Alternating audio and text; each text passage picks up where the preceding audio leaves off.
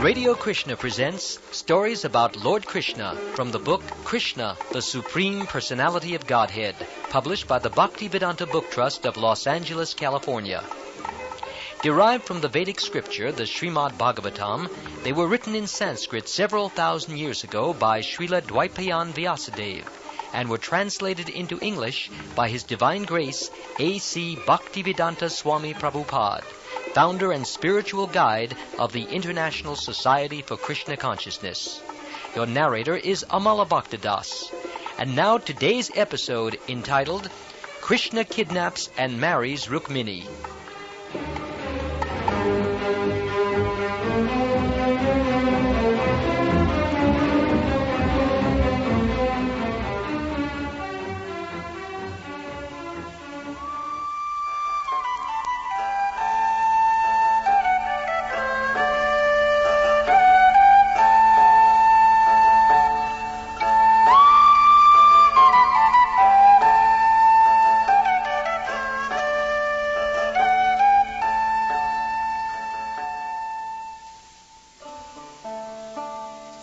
My name is Krishna, and I'm the Supreme Personality of Godhead, the Lord and Source of all creation. About 5,000 years ago, I lived in India.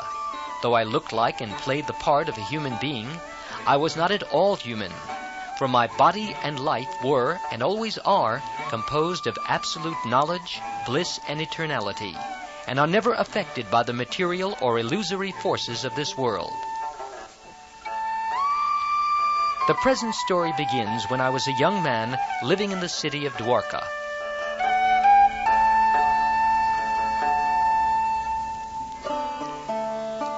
The king of Vidarbha, Bhishmak, was a very qualified and devoted prince.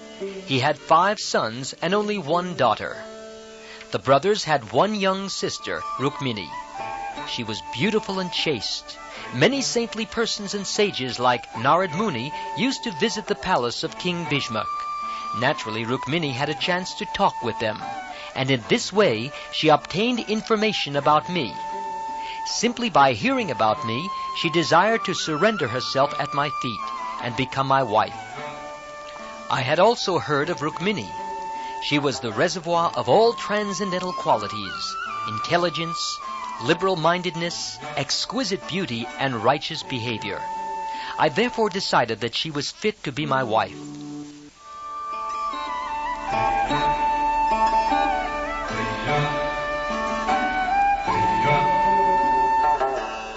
All of the relatives of King Bhishmak decided that Rukmini should be given in marriage to me, but her elder brother Rukmi, despite the desire of the others, arranged for her marriage with Shishupal, my determined enemy. When the black-eyed, beautiful Rukmini heard of the settlement, she immediately became very morose. However, being a king's daughter, she understood political diplomacy. After some deliberation, she decided to send a message to me. So she selected a qualified Brahmin as her messenger, one who was always truthful and a devotee of Lord Vishnu. Without delay, she sent the Brahmin to Dwarka.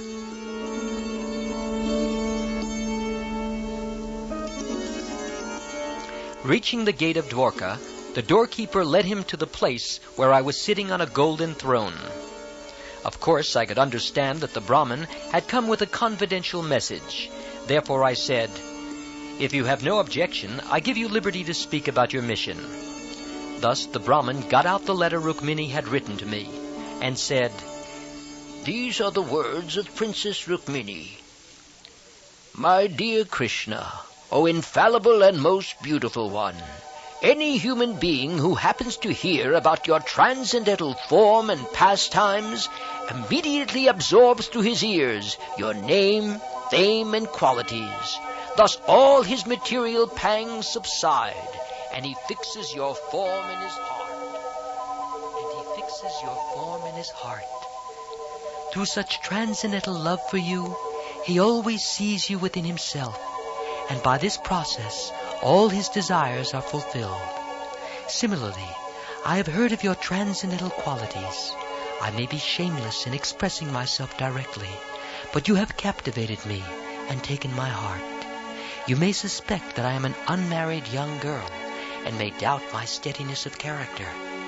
But my dear Mukunda, you are the supreme lion among human beings, the supreme person among persons. Any girl, though not yet having left her home, or even any woman of the highest chastity, would desire to marry you, being captivated by your unprecedented character, knowledge, opulence, and position. I know that you are the husband of the goddess of fortune, and are very kind toward your devotees. Therefore, I have decided to become your eternal maidservant.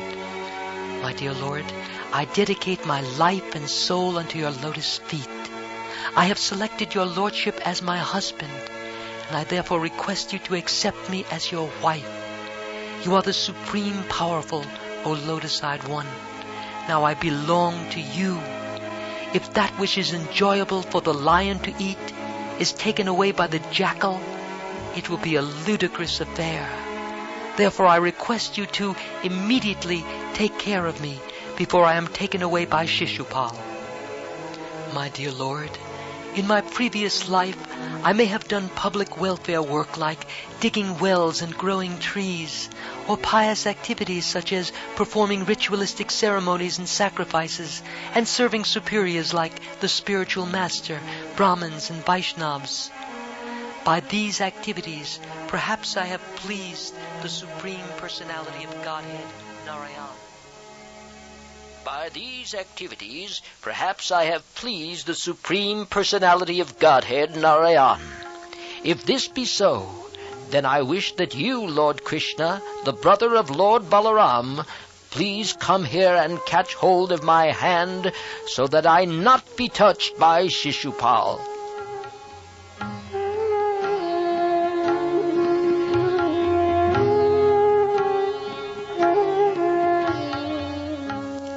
Rukmini's marriage with Shishupal was already settled. Therefore she suggested that I kidnap her, so that this might be changed.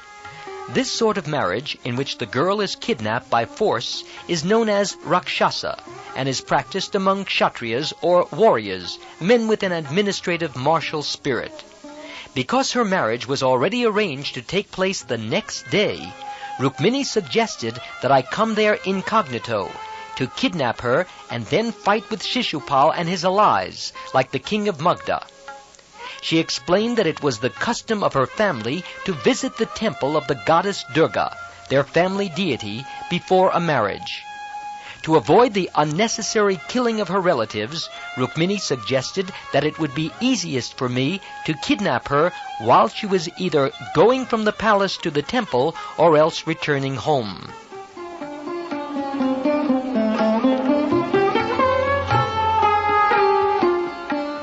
Rukmini knew very well that obtaining my favor was not easy.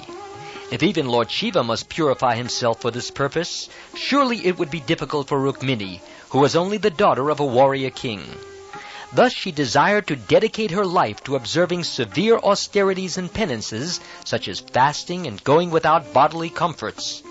If it were not possible in this lifetime to gain my favor by these activities, she was prepared to undergo austerities lifetime after lifetime. After explaining Rukmini Devi's statement to me, the Brahmin said, My dear Krishna, chief of the Yadu dynasty, I have brought this confidential message for you from Rukmini. Now it is placed before you for your consideration. After due deliberation, you may act as you please. But if you want to do something, you must do it immediately. There is not much time left for action.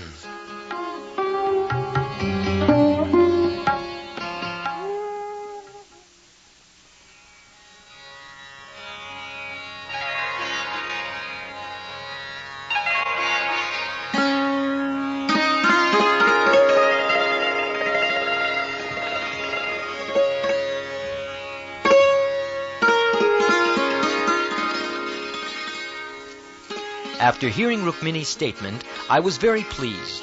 I immediately shook hands with the Brahmin and said, My dear Brahmin, I am very glad to hear that Rukmini is anxious to marry me, since I am also anxious to get her hand. My mind is always absorbed in thoughts of her, and sometimes I cannot sleep at night because I am thinking of her. I can understand that the marriage of Rukmini with Shishupal has been arranged by her elder brother in a spirit of animosity towards me. So I am determined to give a good lesson to him. Just as one brings forth fire after manipulating ordinary wood, after dealing with her brother and his friends, I shall bring forth Rukmini like fire from their midst.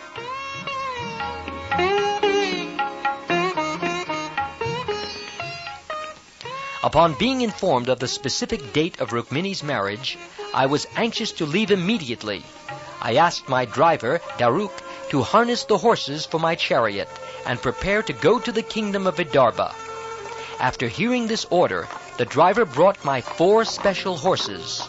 The first one, Shaibya, was greenish. The second, Sugriv, was grayish, like ice. The third, Megapushpa, was the color of a new cloud.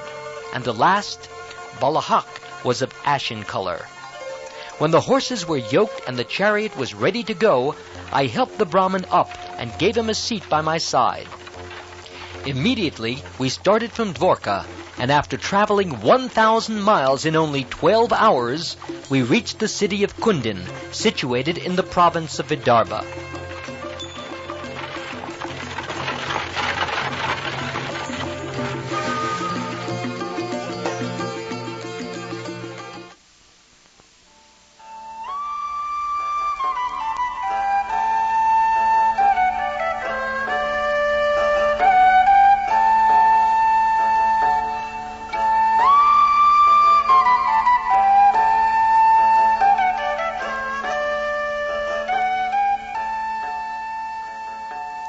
King Bhishmak was not enthusiastic about handing his daughter over to Shishupal, but he was obliged to accept the marriage settlement due to his affectionate attachment for his eldest son who had negotiated it. As a matter of duty, he was decorating the city for the marriage ceremony and acting in great earnestness to make it very successful. Water was sprinkled all over the dusty streets, and the city was cleansed very nicely. The roads of Kundan were arranged with colored flags and festoons, and gates were constructed at particular crossings. The whole city was decorated very nicely. The beauty of the city was enhanced by the inhabitants, who were dressed in clean clothes and decorated with sandalwood pulp, pearl necklaces, and flower garlands. Incense burned everywhere, and fragrances like aguru scented the air. Priests and Brahmins were sumptuously fed and, according to ritualistic ceremony, were given sufficient wealth and cows in charity. In this way, they were engaged in chanting Vedic hymns. Rukmini was exquisitely beautiful. She was very clean and had beautiful teeth. The auspicious sacred thread was tied on her wrist. She was given various types of jewelry to wear, and long silken cloth to cover the upper and lower parts of her body. Learned priests gave her protection by chanting mantras from the Samveda, Rigveda, and Yajurveda. Then they chanted mantras from the Atharvaveda and offered oblations in the fire to pacify the ominous conjunctions of different stars.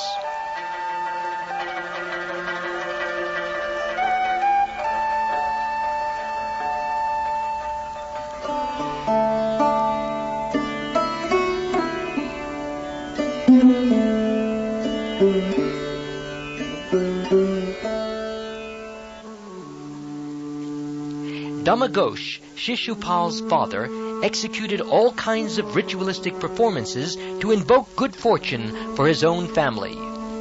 Damagosh thought that if I came to disturb the marriage ceremony, he would certainly cut me down with his military power. Therefore, after performing the various auspicious ceremonies, Damagosh gathered his military divisions. He took many elephants garlanded with golden necklaces and many similarly decorated chariots and horses. It appeared that Damagosh, along with his son and other companions, was going to Kundan, not completely forgetting the marriage, but mainly intent on fighting.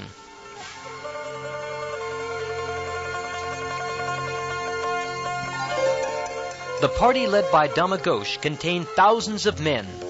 Some of the prominent kings and personalities were my enemies, such as Jarasandha, Dantavakra, Vidurata, and Pondrak.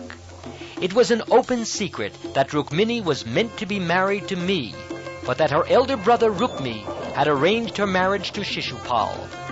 There was also some whispering about a rumor that Rukmini had sent a messenger to me. Therefore the soldiers suspected that I might cause a disturbance by attempting to kidnap Rukmini. Even though they were not without fear, they were all prepared to give me a good fight to prevent the girl from being taken away. My brother Balaram received the news that I had left for Kundan, accompanied only by a Brahmin. He also heard that Shishupal was there with a large number of soldiers.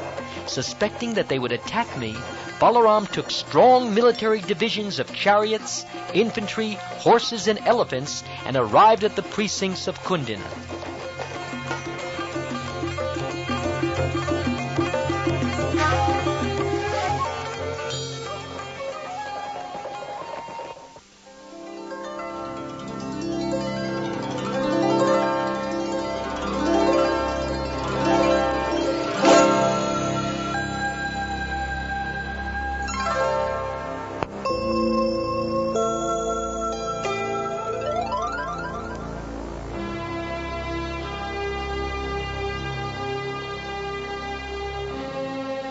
Meanwhile, inside the palace, Rukmini was expecting me to arrive.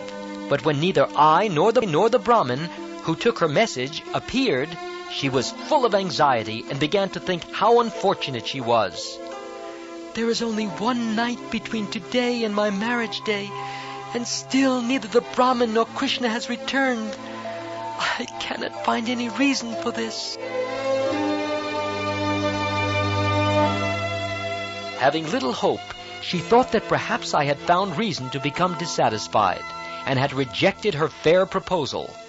As a result, the Brahmin might have become disappointed and not come back. Although she was thinking of various causes for the delay, she expected us both at any moment. Rukmini further began to think that demigods such as Lord Brahma, Lord Shiva, and the goddess Durga might have been displeased.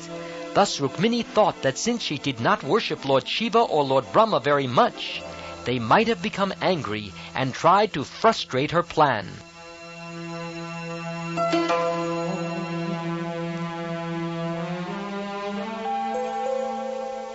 Even though she pacified herself by thinking that the time for me to arrive had not yet expired, Rukmini felt that she was hoping against hope. Not expressing her mind to anyone, she simply shed tears, unobserved by others, and when her tears became more forceful, she closed her eyes in helplessness. While Rukmini was in such deep thought, auspicious symptoms appeared in different parts of her body.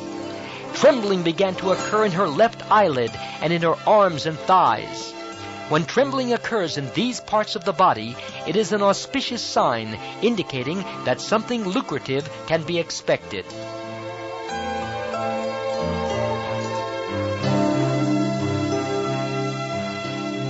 Just then, Rukmini, full of anxiety, saw the Brahmin messenger. I, being the supersoul of all living beings, could understand Rukmini's anxiety. Therefore I had sent the Brahmin inside the palace to let her know that I had arrived. She smiled and inquired whether I had already come. The Brahmin replied that I had arrived. He further encouraged her by saying that I had promised to carry her away without fail. Rukmini was so elated by the Brahmin's message that she wanted to give him in charity everything she possessed. However, finding nothing suitable for presentation, she simply offered him her respectful obeisances.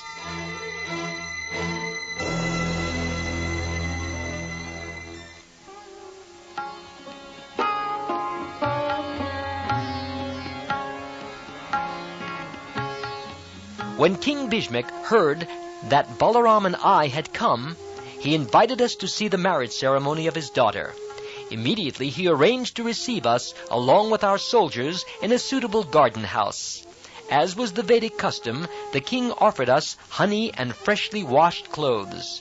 He was hospitable not only to me, Balaram, and such kings as Jarasandha, but also to many other kings and princes according to their personal strength, age, and material possessions. Out of curiosity and eagerness, the people of Kundan assembled before Balarama and me to look at us. With tearful eyes, they offered us silent respects.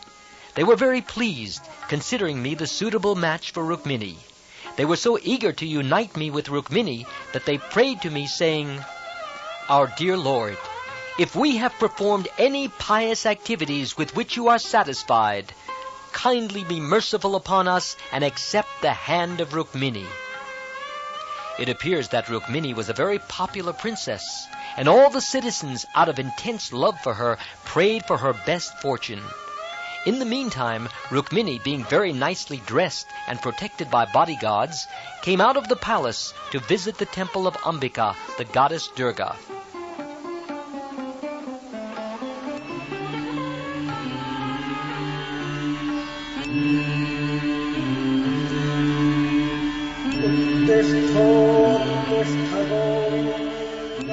Even though Rukmini was the goddess of fortune, she went to the temple of the goddess Durga because the family deity was worshipped there. She did not go with the intention of an ordinary person who goes to beg for material benefits. Her only goal was me. When people go to the temple of a demigod, the objective is actually me, since it is I who empower the demigods to provide material benefits.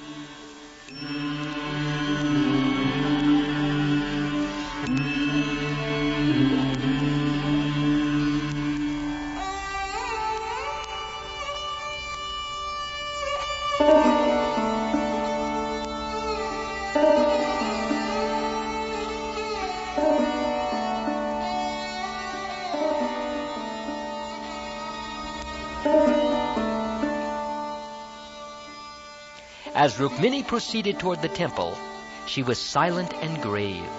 Her mother and girlfriends were by her side, and the wife of a Brahmin was in the center. Surrounding her were royal bodyguards. As the procession continued, various musical sounds were heard. Drums, conch shells, and bugles of different sizes combined to make a sound which was not only auspicious, but very, very sweet to hear. Thousands of wives of respectable Brahmins were present, all dressed very nicely with suitable ornaments. They presented Rukmini with flower garlands, sandalwood pulp, and a variety of colorful garments to assist her in worshipping Lord Shiva and Goddess Durga. Some of these ladies were very old and knew perfectly well how to chant prayers to the Goddess Durga and Lord Shiva. So, followed by Rukmini and others, they led these prayers before the deity.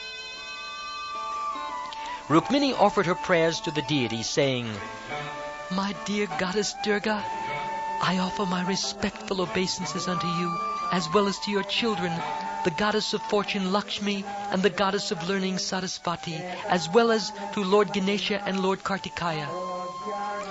While Rukmini was praying, she presented a variety of items before the deity, chief of which were water, different kinds of flames, incense, garments, garlands, and various foodstuffs prepared with ghee, such as puris and kachoris. She also offered fruits, sugarcane, betel nuts, and spices.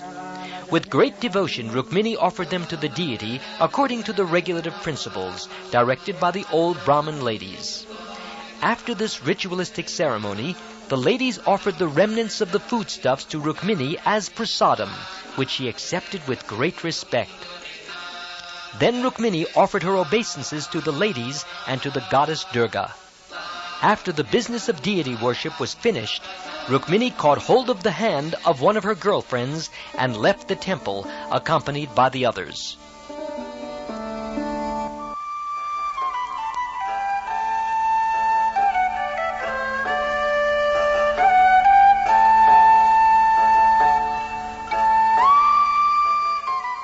All the princes and visitors who came to Kundan for the marriage assembled outside the temple to see Rukmini.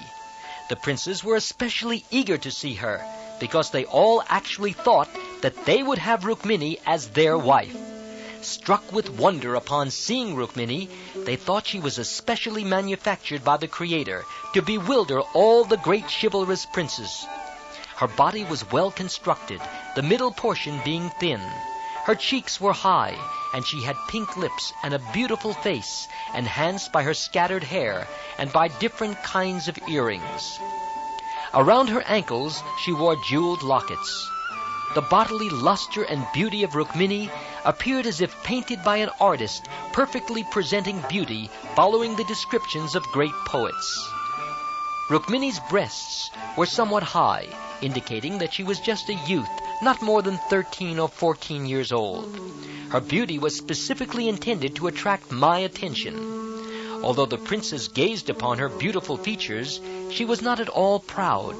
Her eyes moved restlessly, and when she smiled very simply, like an innocent girl, her teeth appeared just like lotus flowers. Expecting me to take her away at any moment, she proceeded slowly towards her home. She moved just like a full-grown swan, and her ankle bells tinkled mildly.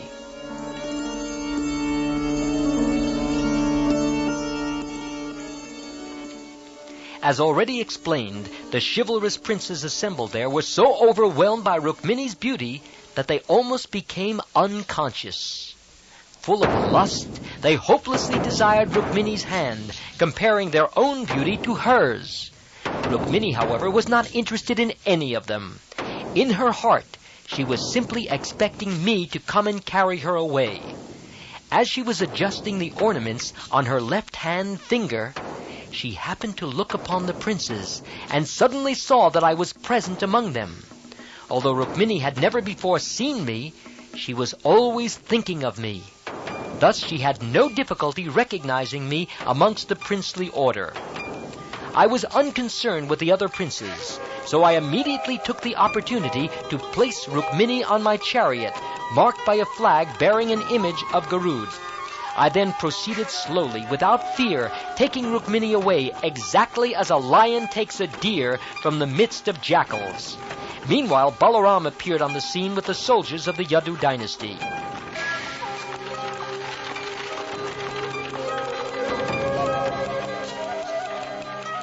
Jarasandha, whom I had defeated many times, began to roar. "How is this? Krishna is taking Rukmini away from us without opposition. What is the use of our being chivalrous fighters with arrows? My dear princes, just look! We are losing our reputation. He is just like a jackal taking booty from a lion." All the princes, led by Jarasandha, were very angry at my kidnapping Rukmini.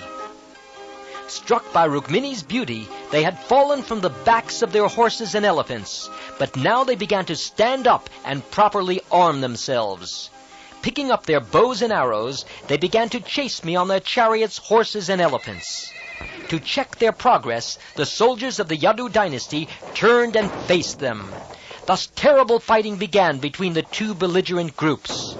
The princes opposing me, who were led by Jarasandha and were all expert in fighting, shot their arrows at the Yadu soldiers, just as clouds splashed the face of a mountain with torrents of rain. The opposing princes were determined to defeat me and recapture Rukmini from my custody, and they fought with me as severely as possible. Rukmini, seated by my side, saw arrows raining from the opposing party onto the faces of the Yadu soldiers. In a fearful attitude, she looked upon my face, expressing her gratefulness that I had taken such a great risk for her sake only. Her eyes moving, she appeared sorry, and I, who could immediately understand her mind, encouraged her with these words. "My dear Rukmini, don't worry. Please rest assured that the Yadu soldiers will kill all the opposing soldiers without delay."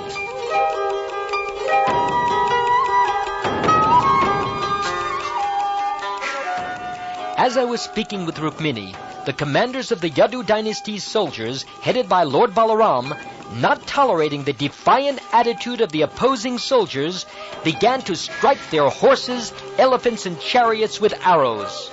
As the fighting progressed, the princes and soldiers of the enemy began to fall from their horses, elephants, and chariots. Within a short time, countless severed heads, decorated with helmets and earrings, had fallen on the battlefield. The soldiers' hands were cut off, along with their bows and arrows and clubs. One head was piled upon another, and one horse upon another. all the infantry soldiers, as well as their camels, elephants, and asses, fell with severed heads.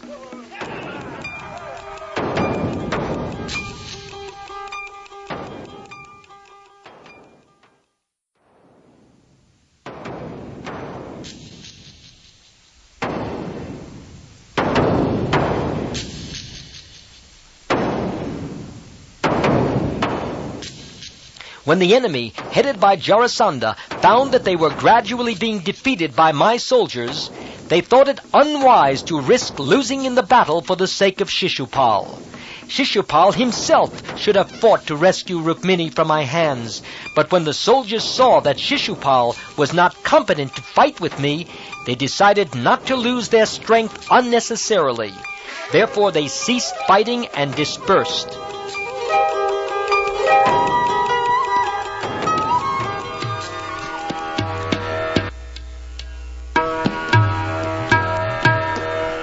Some of the princes, as a matter of etiquette, appeared before Shishupal.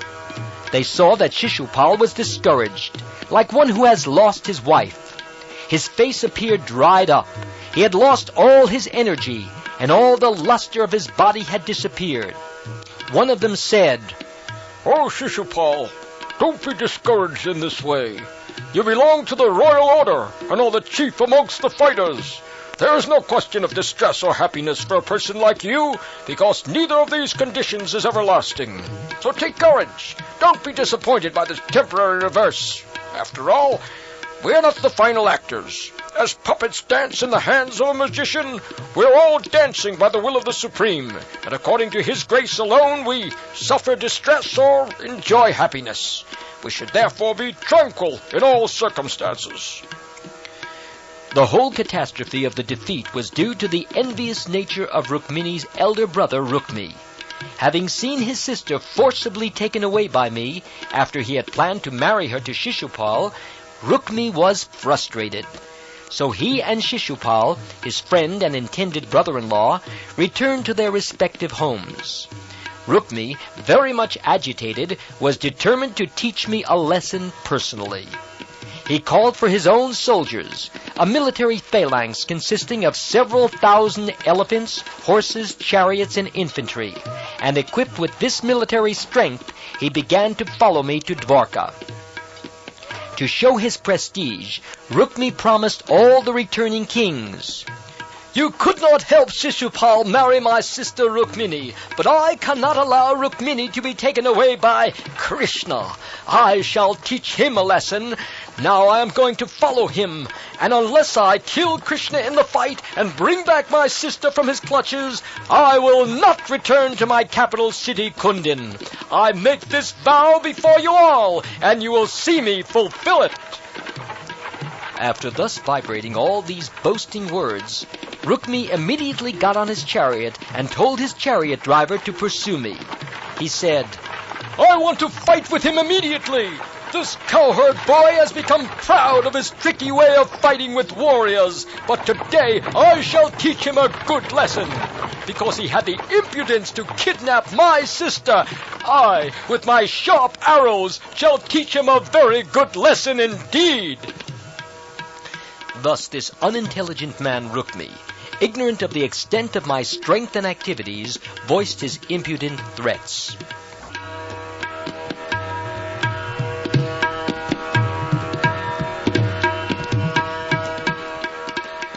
In great stupidity, he soon stood before me, telling me repeatedly, "Stop for a minute and fight with me!" After saying this, he drew his bow and directly shot 3 forceful arrows against my body. Then he condemned me as the most abominable descendant of the Yadu dynasty, and asked me to stand before him for a minute so that he could teach me a good lesson. "You are carrying away my sister just like a crow stealing clarified butter meant for use in a sacrifice. You are proud of your military strength, but you cannot fight according to regular principles. You have stolen my sister. Now I shall relieve you of your false prestige. You can keep my sister in your possession only until I beat you to the ground for good with my arrows."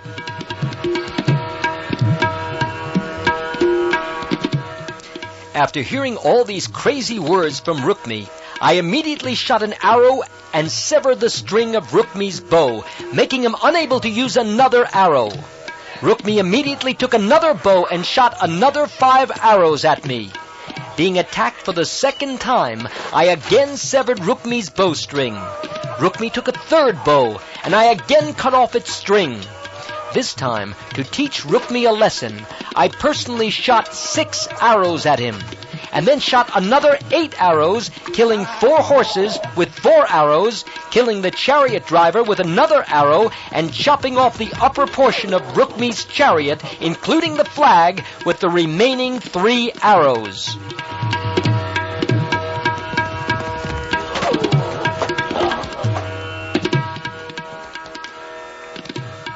Rukmi, having run out of arrows, took assistance from swords, shields, tridents, lances, and similar weapons used for fighting hand to hand, but I immediately broke them all in the same way. Being repeatedly baffled in his attempts, Rukmi took his sword and ran swiftly toward me, just as a fly proceeds towards a fire. But as soon as Rukmi reached me, I cut his weapon to pieces. This time I took out my sharp sword and was about to kill him immediately, but Rukmi's sister, Rukmini, understanding that this time I would not excuse her brother, fell down at my feet and in a very grievous tone, trembling with great fear, began to plead with me.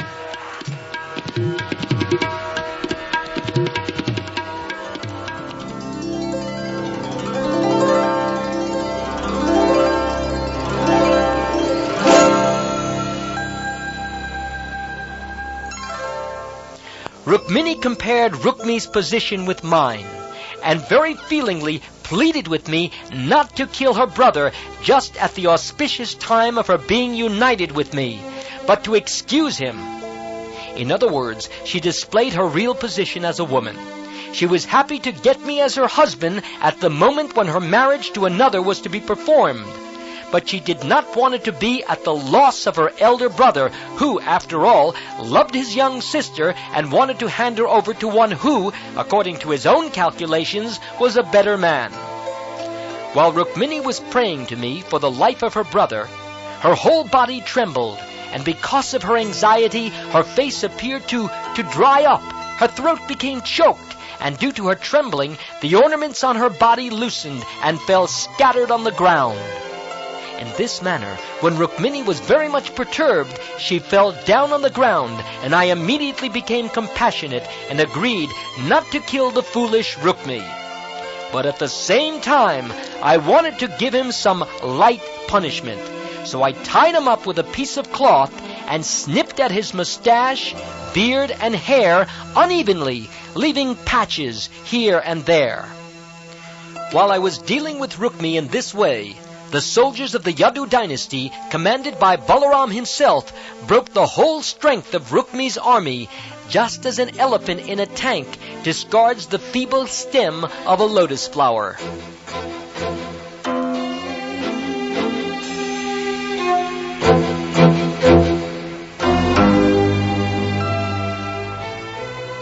When the commanders of the Yadu dynasty came back to see me, they were all surprised to see the condition of Rukmi. My brother, Lord Balaram, became especially compassionate for Rukmini, who is now considered married to me. To please Rukmini, Balaram personally untied Rukmi, and to further please her, as my elder brother, he spoke some words of chastisement. Krishna, your action is not at all satisfactory. This is an abomination very much contrary to our family tradition. To cut someone's hair and shave his mustache and beard is almost comparable to killing him. Whatever Rukmi might have been, he is now our brother-in-law, a relative of our family, and you should not have put him in such a condition.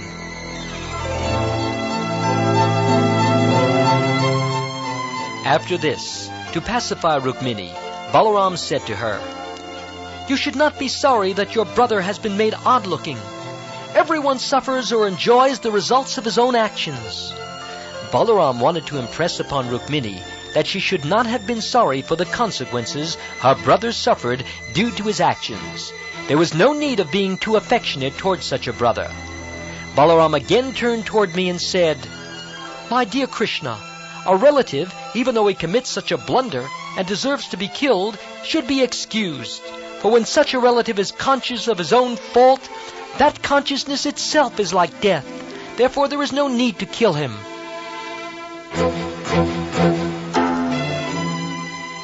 Balarama again turned toward Rukmini and said, "The current duty of a kshatriya in human society is so fixed that, according to the principles of fighting, one's own brother may become an enemy. Then a kshatriya does not hesitate to kill his own brother. Rukmi and Krishna were right in not showing mercy to each other in the fighting, despite the family consideration that they happen to be brothers-in-law. Warriors are typical emblems of the materialistic way of life. They become puffed up whenever there is a question of material acquisition. Therefore, when there is a fight between two belligerent warriors for kingdom, land, wealth, women, prestige, or power, they try to put one another into the most abominable condition.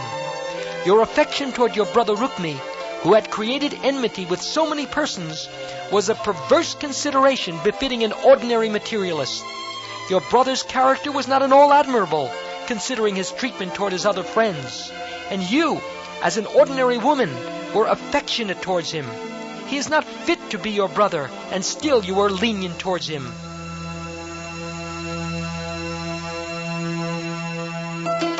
Besides that, the consideration that a person is neutral, or is one's friend or enemy, is generally made by persons in the bodily concept of life. Such foolish persons are bewildered by the illusory energy of the Supreme Lord. The spirit soul is of the same pure quality in any embodiment of matter, but those who are not sufficiently intelligent see only the bodily differences between animals and men, literates and illiterates, and rich and poor, which cover the pure spirit soul. Such differences, observed merely on the basis of the body, are exactly like the differences between fires in terms of the various types of fuel they consume. Whatever the size and shape of the fuel, there is no such variety of size and shape in the fire which comes out. Similarly, in the sky there are no differences in size or shape. In this way, Balaram appeased them by his moral and ethical instructions. He then concluded, "Rukmini, do not be aggrieved by false motives caused by ignorance.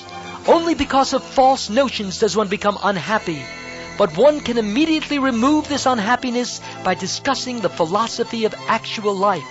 Be happy on that platform only."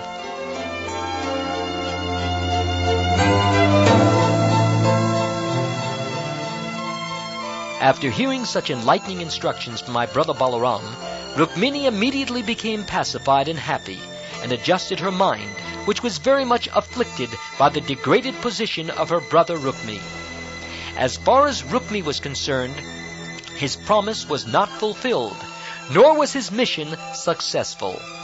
He had come from home with his soldiers and military phalanx to defeat me and release his sister. But on the contrary, he lost all his soldiers and military strength. He was personally degraded and very sorry, but by my grace he could continue his life to its fixed destination.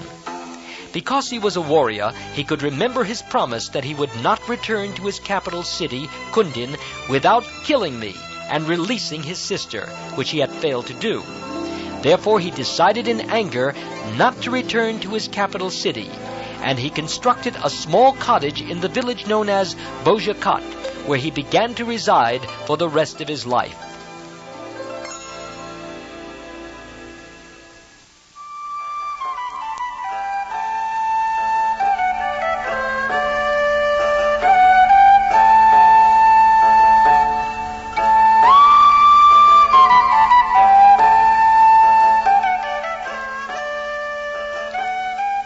After defeating all the opposing elements and forcibly carrying away Rukmini, I brought her to my capital city, Dwarka, and then married her according to the Vedic ritualistic principle.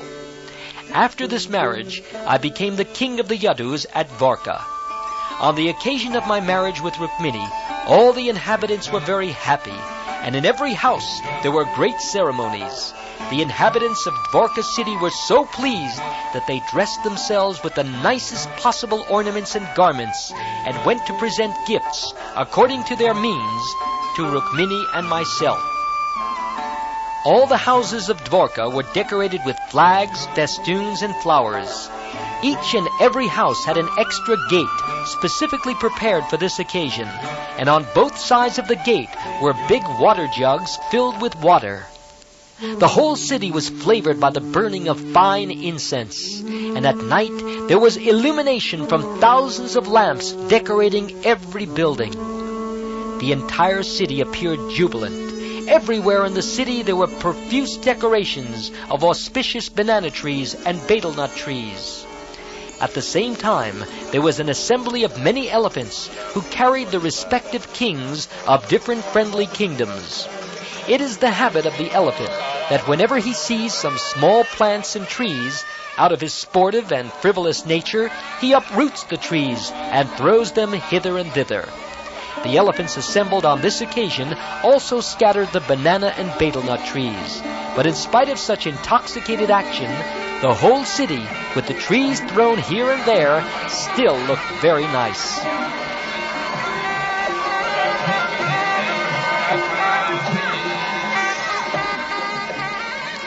The friendly kings of the Kurus and the Pandavas were represented by Bhishma, Dhritarashtra, the 5 Pandu brothers, King Drupad, King Santardhan, and Rukmini's father, Bhishmak.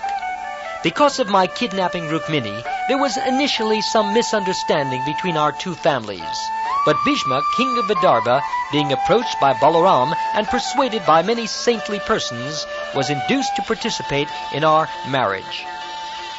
King Bhishmak was, from the very beginning, inclined to hand over his beautiful daughter to me. In one way or another, his purpose had been served, and so he was pleased to join the marriage ceremony, even though his eldest son was degraded in the fight. The story of my kidnapping and marrying Rukmini was poeticized, and professional readers recited it everywhere. All the visitors, as well as the inhabitants of Dwarka city, were so joyful to see Rukmini, the goddess of fortune, and I, the Lord of the universe, united together.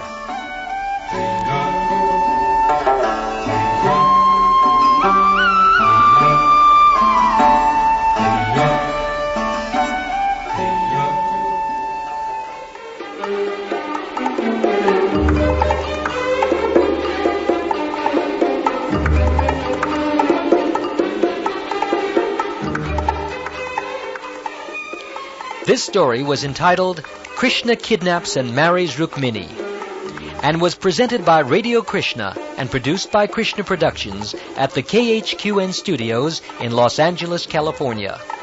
It was derived from the book Krishna, the Supreme Personality of Godhead, written by His Divine Grace A.C. Bhaktivedanta Swami Prabhupada, founder and spiritual guide of the International Society for Krishna Consciousness, and published by the Bhaktivedanta Book Trust in Los Angeles, California.